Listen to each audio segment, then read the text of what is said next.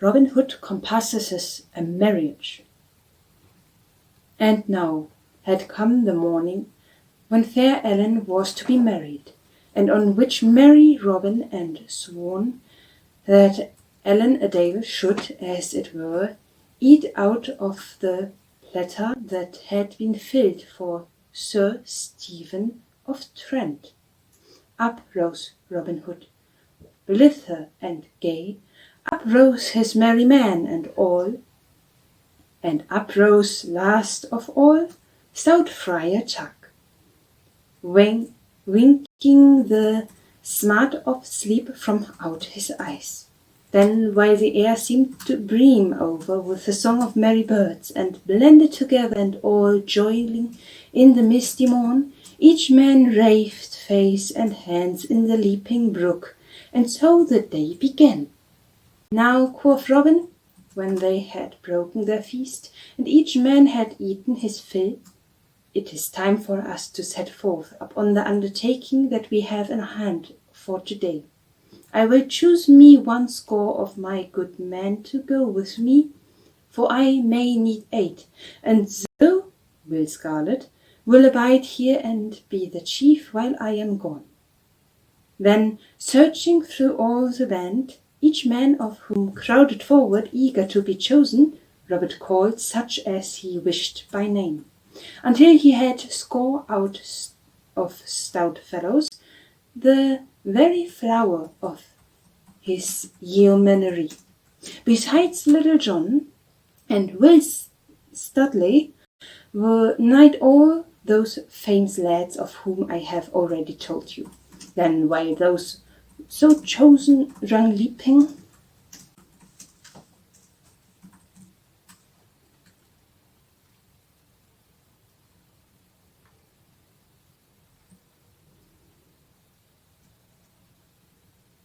full of joy, to arm themselves with bow and staff and broadsword, Robin Hood stepped aside into the cover, and then donned a gay leather-bound coat, such as might have been worn by someone strolling minstrel, and sung a harp across his shoulder, the better to carry out that part. All the band started, and many laughed, for never had they seen their master in such a fancy guise before. Truly, quoth Robin, holding up his arms and looking down at himself, I do think it be somewhat of a gay, gaudy, grasshoppery dress, but it is a pretty thing for all that, and doth not ill befitten to turn off my looks, albeit I wear it but for not nouns.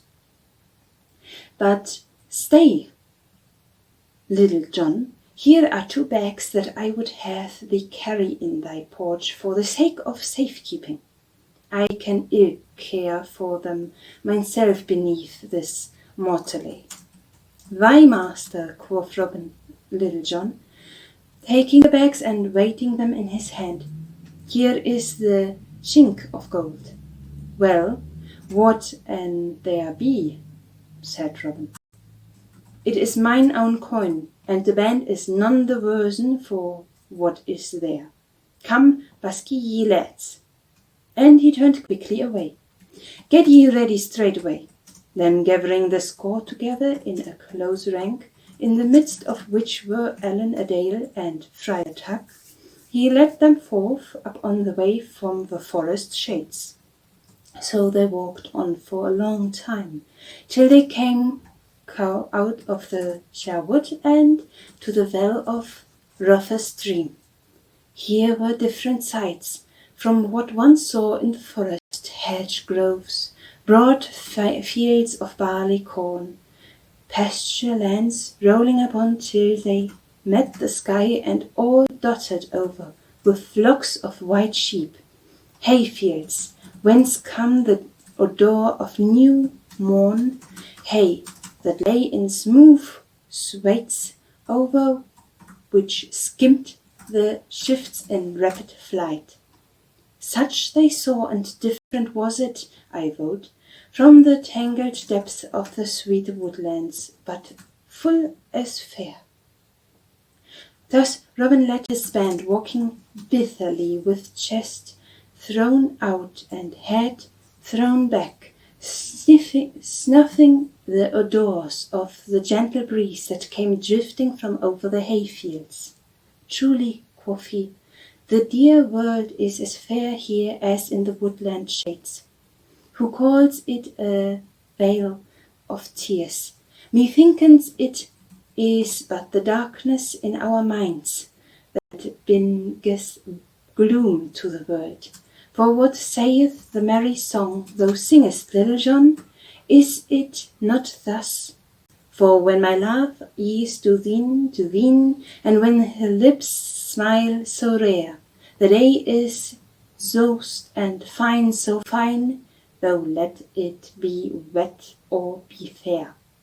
And when the stout ale is all flowing so fast, our sorrows and troubles are things of the past. Nay, said Friar Tuck, poisely, ye do think of fair things and of naught else, yet truly there be better safeguards against care and woof than ale drinking and bright eyes, to wit, fasting and meditation. Look upon me, have I the least likeness of a sorrowful man? At this a great spout of laughter went up from all around, for the night before the stout fellow friar had emptied twice as many canakis of ale as any one of the merry men all. Truly, quoth Robin, when he could speak for laughter, I should say that those thine sorrows were about equal to thy goodlikeness. So they stepped along, talking, singing, yeasting, and laughing, until they had come to a certain little church that belonged to the great estate owned by the rich prior of Emmet. Here it was that fair Ellen was to be married on that morn, and here was the spot towards which the yeomen had pointed their toes. On the other side of the road, from where the church stood, with waving fields and barley aground, ran a stone wall along the roadside. Over the wall, from the highway, was a fringe of young trees and bushes, and here and there the wall itself was covered with by a mass of blossoming woodbine that filled all the warm air far and near with the sweetest summer odor.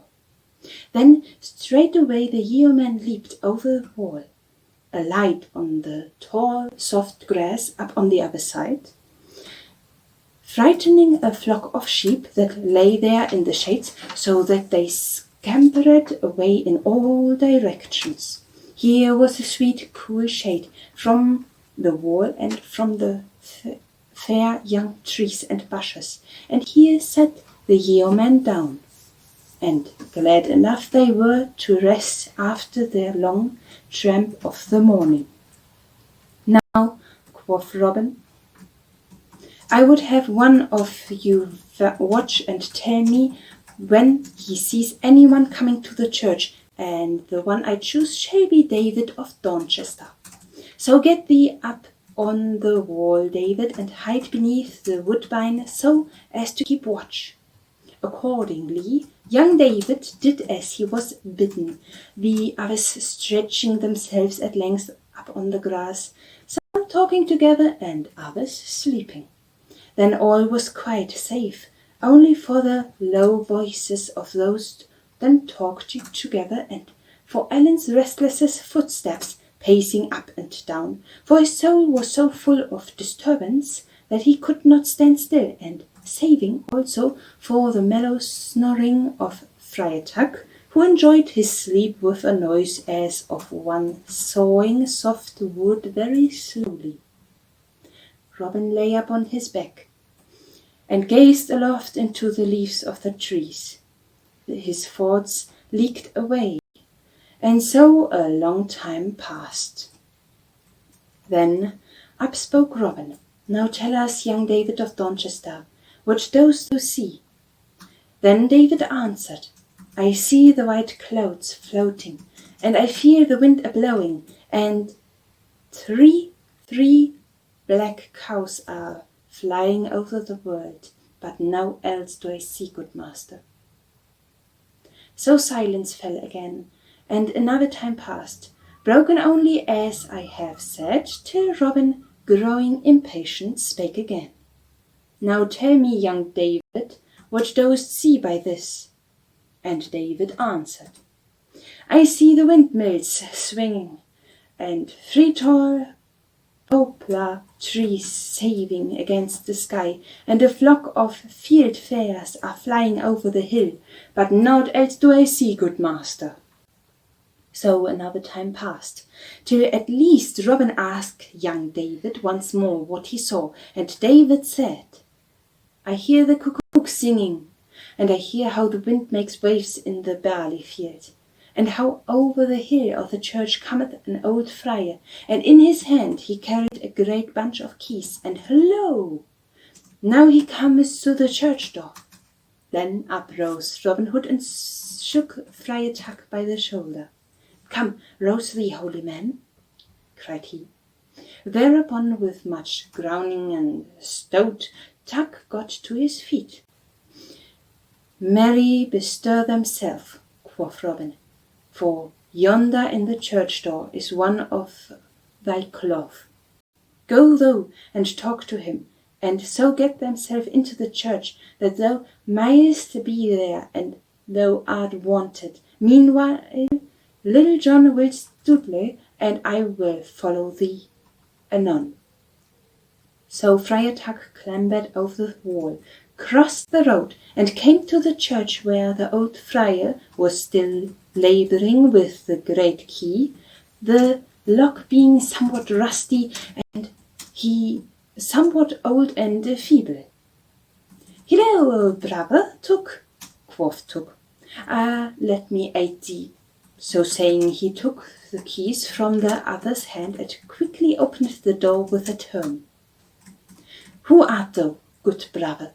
Asked the friar in high wheezing voice. Whence comest thou, and whither art thou going? And he winked and blinked at stout Friar Tuck like an owl at the sun. Thus do I answer thy question, brother, said the other. My name is Tuck, and I go no farther than this spot. If thou wilt haply, but let me stay while the same wedding is going forth. I come from Fountaindale, and in truth am a certain poor hermit, as one may say, for I live in a cell beside the fountain, blessed by the holy Saint Elthered. But if I understand out there it to be a gay wedding here today. So if thou mindest not, I would fain rest me in the cool shade within, for I would like to see this fair sight. Truly, thou art welcome, brother, said the old man, leaning the way within. Meanwhile Robin Hood and his guise of harper, together with Little John and Will Studley, came forth to the church. Robin sat him down at the bench beside the door, but Little John, carrying the 2 bags of gold, went within, as did Will Studley. So Robin sat by the door, looking up the road, down the road, to see who might come, till after a time he saw 6 horsemen coming, riding seatedly and slowly, as become then, for they were churchmen in high orders. Then, when they had come nearer, Robin saw who they were, and knew them. The first was the bishop of Hereford, and a fine figure he cut, I vow. His vestments were of the richest silk, and around his neck was a fair chain of beaten gold. The cap that hid his tonsure was of black velvet, and around the edges of it were rounds of jewels that flashed in the sunlight, each stone being set in gold. His horse were of flame-colour silk, and his shoes of black velvet, the long pointed toes being turned up and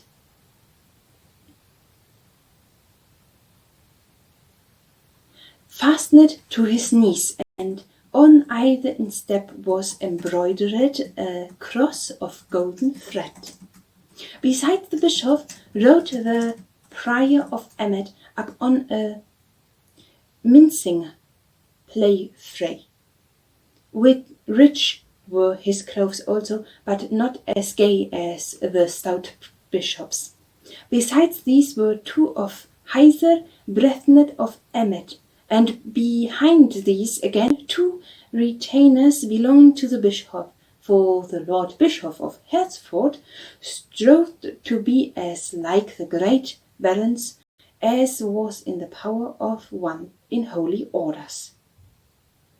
When Robin saw the train draw nearer, with flash of jewels and silk and jingle of silver bells on the trappings of the necks, he looked sorely upon them. Quoth he to himself, Yon bishop is overgrowdy for an holy man. I do wonder wherever his patron, who methinkest was Saint Thomas, was given to wear golden chains around his neck, silk cloths upon his body, and pointed shoes upon his feet. The money for all of which God wot hath it been wrung from the sweat of poor tenants. Bishop, bishop, thy pride may have a fall ere thou votest of it.